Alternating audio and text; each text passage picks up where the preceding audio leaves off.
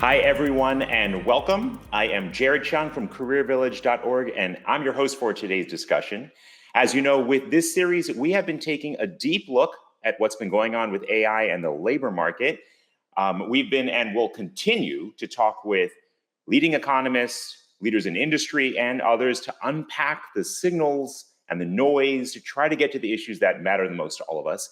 As I always say, it is a meaty subject for sure, and we are going to need help to unpack it all. And to do that, today we are joined by Dr. Fabien Curto Millet, Google's chief economist. He helps the company understand how technology shapes markets, jobs, and society.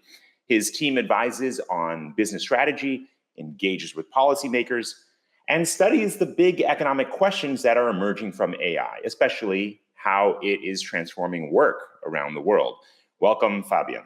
I'm extremely happy to have you here with us today. And while I am at it, I do want to share a very brief disclosure. The organization I run, CareerVillage.org, has in the past received some grant funding from Google.org for our AI career coaching initiatives. But this conversation is unrelated to any of that past work. I really just believe very much that Dr. Curto Millet has a tremendously valuable perspective to bring forward. So we are really thankful to have you here with us today. No, very glad that it's an important topic, hot one as well.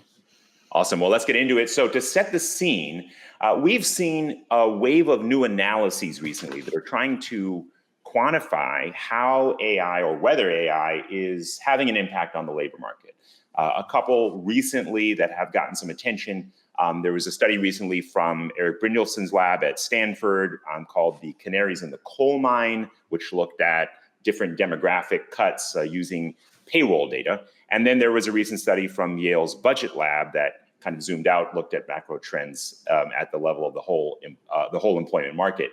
So I thought to start us off, just to ground us a little bit, I'd just love to ask, have you seen those papers? Can you help us understand a little bit how to think about those papers? And are there other things that you're keeping an eye on out there that are starting to give signal that you think can inform kind of where we are right now in the evolution of the labor market? No, those are two great references, Jared. So let me maybe start with the Yale Budget Lab piece you mentioned that came out earlier in October. And in essence, it takes a sort of view of the labor market writ large. And essentially, they try to figure out whether AI is leading to a faster than usual change in the occupation mix. So essentially, they start the clock at some point and they see, are people changing jobs? Are people moving in and out of an employment faster than in previous periods, call it, or also previous periods of technological transformation. So they look at the internet, they look at personal computing rolling out in the economy, and the answer is at the moment there is a slightly faster change in the occupation mix, but it actually predates the recent launch of chatbots. So it's not even doesn't look particularly AI related, and it doesn't look particularly dramatic. So if you thought that AI would lead to a sudden massive game of musical chairs around the economy, nowhere to be seen, according to the Yale Budget Lab. They also look at a variety of other measures, in terms of employment and unemployment outcomes, whether AI exposure measures, automation measures, augmentation measures have any relationship. And again, they find nada, zero. So essentially, it's we see no evidence of an impact type of claim looking at the labor market as a whole. You also mentioned a great paper from Eric Brynjolfsson and colleagues that came out, I think, late August, Canaries in the Coal Mine. They look at a different data set, as you mentioned, payroll data from ADP, sort of large private processor, and they have sort of millions, of people in that data set, so they're able to go into slightly more, fine-grained detail. And the paper suggests, well, maybe we have found, the proverbial canaries in the coal mine, because the main result of the paper is that if you zoom in enough, you find that there is, I think their headline finding is a 13% relative decline in employment for early career worker, I think ages 22 to 25, in highly AI exposed occupations. So they find that sort of sets in pretty dramatically as chatbots roll out. I mean, they pin that down at the launch of ChatGPT in November 2022. So they are very careful about how they phrase things. They say their evidence is consistent with AI starting to have an impact in the labor market. I happen to, by the way, disagree with the interpretation of that, but that's essentially the paper, just putting it on the table objectively. Happy to unpack further if you want. Well, would love to. I'm very interested in interpretations of that data. Do you have a different interpretation of the data in that paper, or are you thinking of sort of other data sources that maybe share a different story? Both, to be honest. But starting with the data, sort of in that paper, I mean, very nice piece of research, carefully done. Very, very, really, really good people with no sort of pre-existing agenda. Like just putting that out there. It's careful work, but for me, it just doesn't persuade me for the following reason. First of all, the story is almost too good to be true. So the trends that they spot set in almost immediately. I mean, or actually not almost immediately as sort of ChatGPT sort of appears on the scene.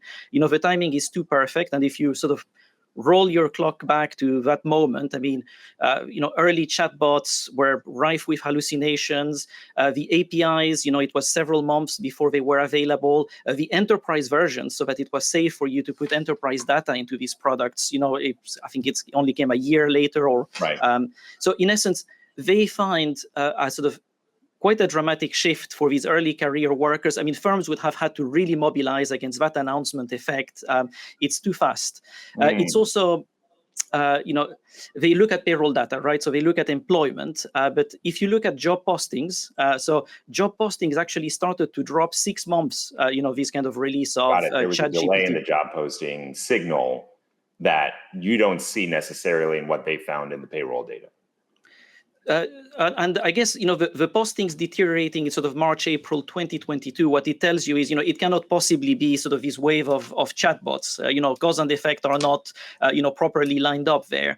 But what is a plausible cause and effect is, March, April of that year, essentially the Fed started, a dramatic interest rate hike cycle. I mean, the largest in 40 years.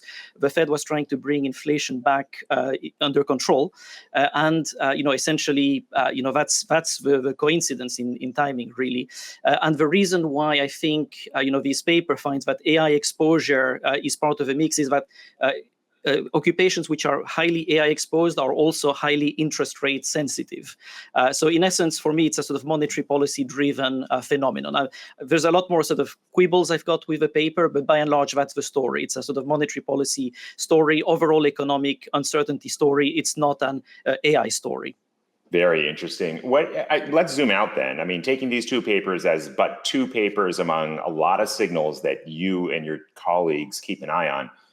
What is your point of view? What's your perspective right now? Are we at the early innings of change? Is the change already begun? Or really from a labor market standpoint, actually, is your point of view that there's still a lot of time before things start to hit real people's jobs?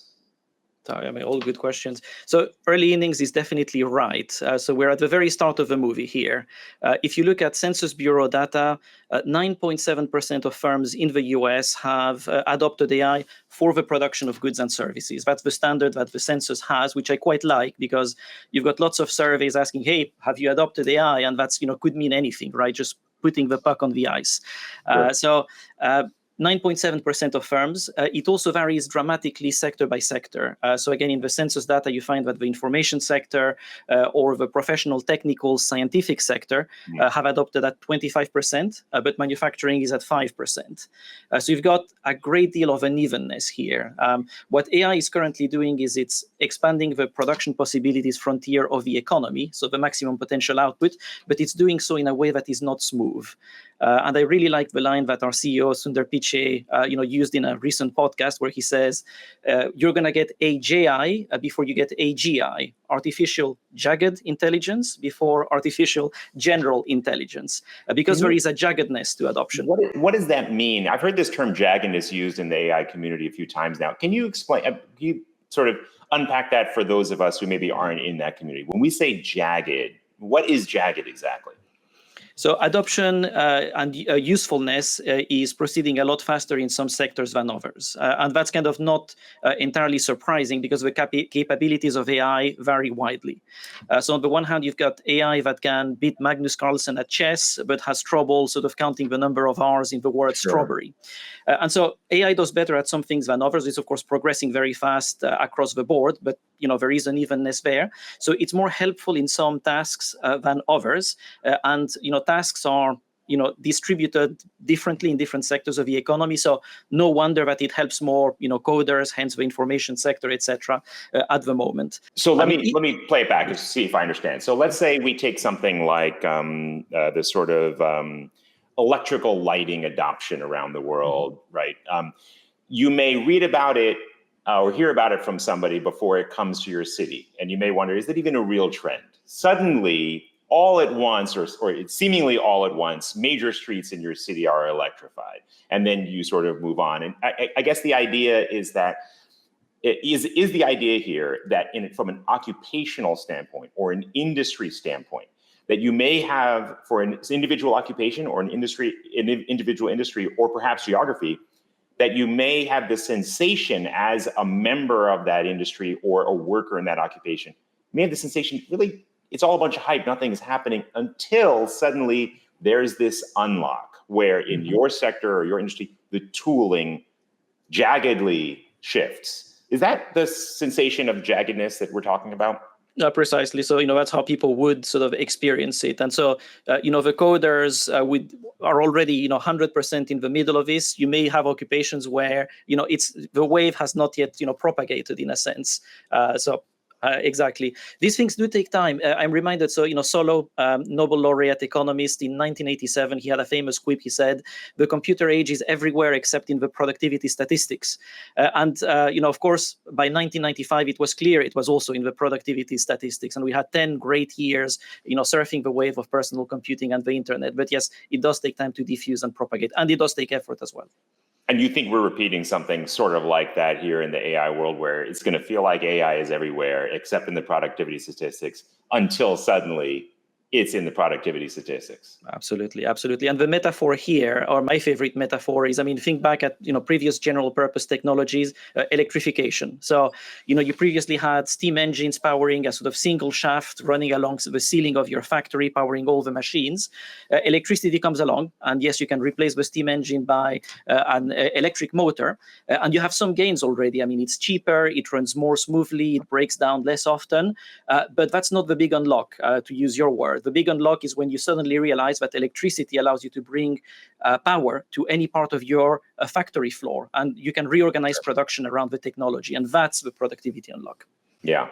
I have two thoughts about this. One of them is I'd love to ask if you have any thoughts or advice for individuals who are in the labor market, right? We are trying to understand what change might be coming, whether there's any effects that could impact our occupations, our jobs, our industries, and what we can do about that. And what we're hearing from a lot of learners is that, or job seekers, is that the uncertainty that they face can make it difficult for them to make important decisions about training they might want to do, or whether to leave a job, or whether to try to get a new job.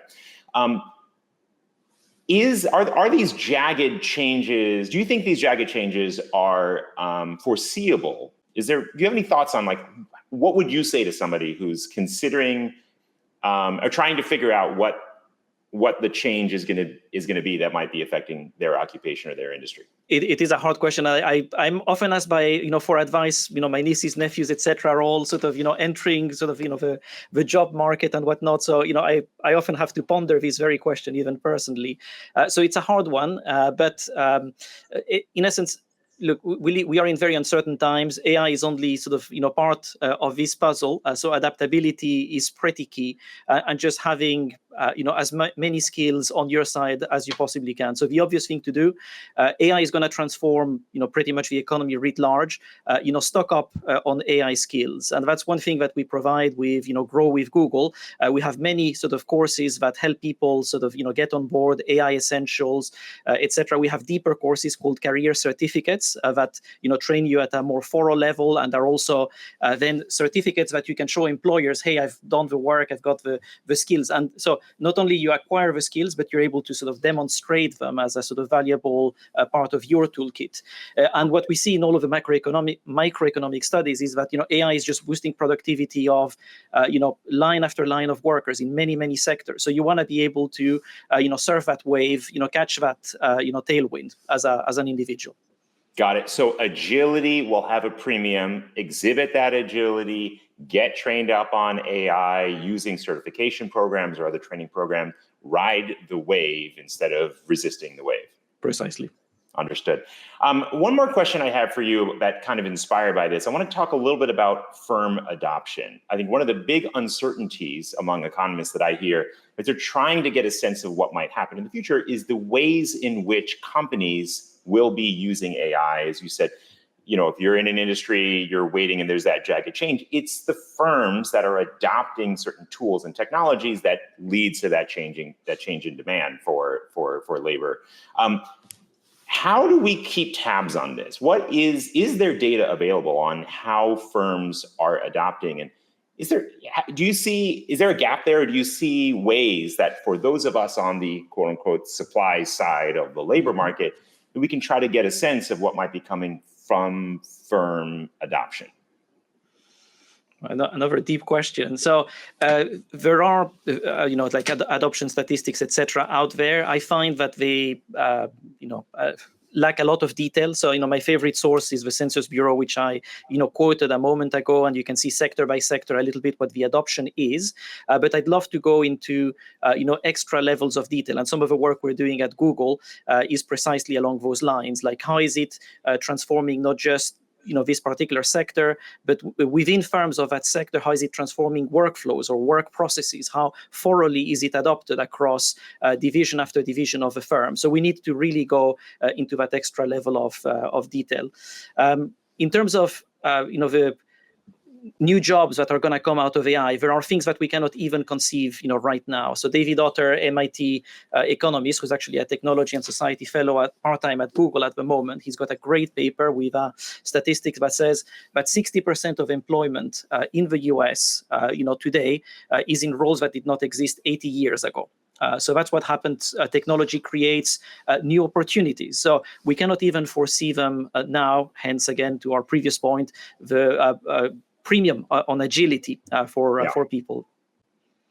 Yeah, I think there's a question I have related to this about what kind of information, where the gaps are in the information. I'm trying to understand that a little bit better because I get the sense for those of us on the supply side that we have certain knowledge gaps, and I can't tell sometimes which ones are sort of inherently the data is not available versus we just need to tap into those and access those. And you bringing up Google is a great example here. For Google, for your work at Google, Google obviously has a unique role in this. You are at the same time an AI, a leading AI lab, right, advancing the state of the art, while also having a tremendous installed base in a large variety of small, medium, and large enterprises to help them do the work that they do. And for you as an economist, I think, there must be a complicated set of roles that Google plays. So are you looking within Google at the data to try to tease out some of what's coming? And I think you teased this a little bit before, but I'd just love to learn a little bit more about what you can see, what you're trying to explore further moving forward, and how you think about Google's role within this change. Yeah. No. So we are looking intently at our own operations. So we are conscious of our role as a sort of developer, deployer, etc. I mean, we know that this, technology is going to, reshape economies and societies beyond us. So we have this practice at Google of, dog fooding our own products. So our developers, in particular, are right now using sort of, frontier AI feature after AI feature before, we even release them, out there in the wild. And my job is to, go around the company and stick thermometers everywhere to, figure out what the effects of those features are. So in terms of, increased productivity, changes in workflow, and trying to see a little bit what the future of work, holds for all of us. So, one sort of paper that we published along these lines, it's Paradis et al. 2024, found that for enterprise-grade tasks, it's actually a randomized controlled trial. So we found that AI led to 21% time savings. So that's an example of a sort of, output that we are going to be sharing with the world. So absolutely, we look inwards and try to extrapolate outwards to inform the world. Understood. There's something else that I want to see if I can get your thoughts on. I think there is for you as an economist, there's a lot of important questions that using Google's data, you can answer. There's another aspect of Google's work that I wonder if it's in scope for you, which is how Google's services should optimize toward what kind of economic outcomes should they optimize for? So let's use an example here. Let's say something like a user is engaging with Gemini. They're having a chat. They may be, whatever it is, they may be trying to sort of, make a purchase. They may be looking for a job. They may be doing something else. How do you think about, or is it in scope for you and your team to try to advise on what kind of economic system or decision-making really should be in the connections that are getting made? Because just like it was with search, I think there was a point in time for Google with search before ads came in, where a decision had to be made about what kind of economic system would underpin the ad market. Is there such a thing in this sort of where artificial intelligence systems, including Gemini, are essentially part of the mechanism of the market? Mm-hmm. Do you have influence over how that market mechanism clears? We absolutely study all of this, Jared, and advise our sort of partner teams who are sort of busy developing these features. So the North Star for Google is always helpfulness to the users. We want to sort of serve the users, but we're also, of course, aware of our the ecosystem impacts of our products. So we monitor them carefully. And for example, you look at products like sort of AI overviews, AI mode, which are now sort of all over search wherever they're helpful. We also make a point of citing sources, both for traceability, but also to drive traffic to those sources where people want to dive in deeper. And so we study all of these equilibria. So we bring our sort of economic hat into the room and try to make a better product for everyone. And if I can, let me ask, to what extent do you control or influence the way that system works? I think this is one of the tricky bits of working with AI, and we know this firsthand from administering and developing the AI career coach that we use, is it's a strange experience, right, to sort of be the developer of an AI-driven system. It used to be the case that, essentially the computers would follow every line of instruction for better or for worse, and you'd have to sit there, right, with your colleagues and figure out exactly what the rules would be. And now it feels like a looser relationship with what's happening and getting in front of the learner. So if you were to say, hey, we think that the right optimization function for a particular, for the role that AI plays in clearing the market should be X. I wonder, do you feel that you have the sort of ability to implement that optimization function directly into the way the AI is operating? Or is it again, that kind of loose relationship where we can sort of discern what's happening and we can try to coax it in the right direction, but actually exerting our influence over how economies should clear with AI as a part of the mechanism is a fuzzy science? There is some fuzziness. We are no longer in the world of, line by line, rule-based, coding that you mentioned. These systems, work differently. Essentially, AI is an advance in the statistics of prediction. So you're in a world of not certainty, not black and white, in a world of predictions. And, at scale, those predictions are, something quite phenomenal. So you can, I think you use the word coax, you can definitely coax the systems in particular directions. And, after training, sort of you do the sort of fine-tuning, etc. And we do sort of input into the general thinking around those things, but it is a sort of different kettle of fish, if you will. Yeah, understood. Well, I think we're going to come here toward one of my favorite questions we'd like to ask toward the end of the interview. I'd like to understand better the uncertainty and the promises that come with this technology. What gives you optimism? First off, do you feel like you're optimistic at this point in time? And if so, what is giving you that optimism? And then in a moment, we'll flip over to the things that worry you. I am immensely optimistic about AI. I see it as a generational opportunity. It's the most exciting technological development I have observed in my career as an economist. The microeconomic evidence already, tells us that there is immense potential here. The question is, when does it properly sort of roll out at a macro scale? How soon do we sort of collect the harvest and bring it into the barn, if you will? And the sooner, the better in many ways, because our economies are fighting, demographic change, right? We are not running out of work, we're running out of workers. That's a problem. We have fiscal issues left, right, and center, whether in the US or elsewhere. So in a sense, this productivity boost from AI couldn't come a moment too soon. And it's not just, here I'm talking sort of numbers as, economists are wont to do, but it's also what AI will enable in terms of progress, in science. We've got millions of researchers now working on our sort of AlphaFold, protein sort of modeling, unlocking cancer treatments, malaria vaccines, etc. Progress in terms of the delivery of education, healthcare, public services. So it's a very exciting time in our lives for the betterment, of society. So absolutely optimistic on that front. Understood. Now, at the same time, there must be something that you are concerned for or attending to. What are the things that are worrying you these days?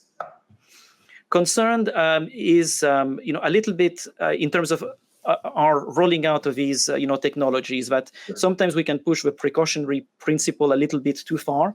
And of course, driverless cars can have collisions as well. But if you look at the evidence in the round, they are massively safer than human drivers. So sometimes a new technology comes along and you sort of overprotect, whereas you should sort of look at sort of both sides, of the coin. So that's one concern. I would say that I'm also vigilant about how we roll out these technologies. I mean, back to labor market, which is the core of our conversation today. Previous waves of automation in the 80s and 90s, we could have done a better job as societies in terms of helping people out, land on their feet, adapt the new technologies, shift occupations if needed. And I think we should learn from those experiences to do a better job of it, these days. Because on the whole, the labor market is going to be just fine. It's a very resilient entity. We have had massive transformations in the labor market in this country, from agriculture to manufacturing to services, baby boomers joining, women joining the labor force. It's a very resilient system, the labor market. But resilience on average, is a different thing than resilience at the level of individuals. And so we need to focus on the individual. No person is a statistic, basically. And so that's where we need to be smart in terms of public-private partnerships to make sure that we can sort of have a moment of shared prosperity, which is really what this technology ought to bring about. Coming back to agility, it sounds like that's really one of the most important things you want people to know. Here at the last question we have, I'd love to ask, are there any specific resources, podcasts, news sources that you'd love to encourage people to keep an eye on? Well, it's a moment of self-promotion, but I just published a sort of opinion piece in the Washington Post with Diane Coyle from the University of Cambridge. So if you want to sort of dig a little bit deeper in, some of the conversations around what policies can we bring to the table and how we see the sort of labor market evolving, maybe check that out as a follow-up. Awesome. Great. Well, make sure, everybody, that you check out that opinion piece in the Washington Post. That's our conversation for today. I want to express my tremendous appreciation to you, Fabien, for joining us. Please follow Fabien on LinkedIn. Also, you can, in addition to that post, we want to acknowledge some of the people and organizations who help make this possible. I want to thank the staff of the Career Village team, the LinkedIn social impact team for helping to promote this content, and all of our partners, and especially to our wonderful guests here.